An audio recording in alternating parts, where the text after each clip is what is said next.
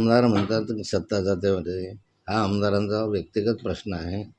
आमदारांनी कधी काळी एक वेळा पक्ष म्हणून निवडणूक लढवली आणि शिवसेना हे जगजाहीर आहे. त्या काळात ते सत्ता गेली होती. अपक्ष म्हणून उमेदवार शेवटी सत्तेमध्ये सहभागी व्हावं लागलं होतं. त्यावेळेस आमदार विरोधामध्ये होते, मी सत्तेमध्ये होतो.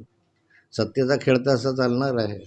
पण आमदार म्हणता पांढऱ्या पायाचा आहे, तू मला पांढऱ्या पायाचा म्हण, वाकड्या पायाचं म्हण, गुंड म्हण, मी तुमच्या 2 नंबरचे धंदे चालू असतील तर जे माफिया आहे त्यांना जेलमध्ये टाकवण्यासाठी आम्ही प्रयत्न करू.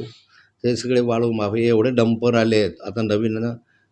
मुक्ताईनगर शहरामध्ये जवळपास 40 ते 45 डंपर नव्यानं आले, एकाएकी झाले. कशासाठी आले? मुरुम वाहण्यासाठी, रेती वाहण्यासाठी.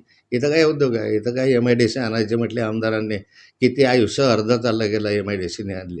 ज्या मुक्ताई मंदिरामध्ये आमदार अशा गोष्टी करतात, त्या मुक्ताई मंदिराच्यासाठी 1 रुपयासुद्धा 7 वर्षात त्या आमदारानं दिला नाही. आणि तो वारकरी म्हणायला गेला तिथे. वारकरी काही असं नुसतं टाळ घातले, हातात घेतले म्हणजे वारकरी होतो का? जरा पंढरपूरच्या वारीला किती वेळा गेला सांग मला? हे नुसते ढोंग आहे, नाटक आहे. आणि त्यामुळे अशा गोष्टींना फार किंमत देण्याची आवश्यकता नाही. मी सांगितलं आधीच की आमदार भ्रमिष्ट झालेला आहे. त्याला आता व्यक्तिगत दुःखापायी त्याला काय बिचारायला सुचत नाही की मी काय करावं.